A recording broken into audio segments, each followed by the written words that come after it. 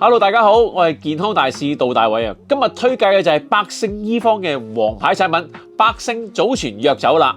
呢個藥酒咧係祖傳秘方嚟嘅，佢係自家精心研製嘅。生活當中咧好難免咧，大家有時都會可能跌跌撞撞啊，可能唔小心會整親啲筋骨啊，又會骨折啊、甩骹，或者有時啲皮膚咧有啲紅腫啊、痛咁樣噶嘛。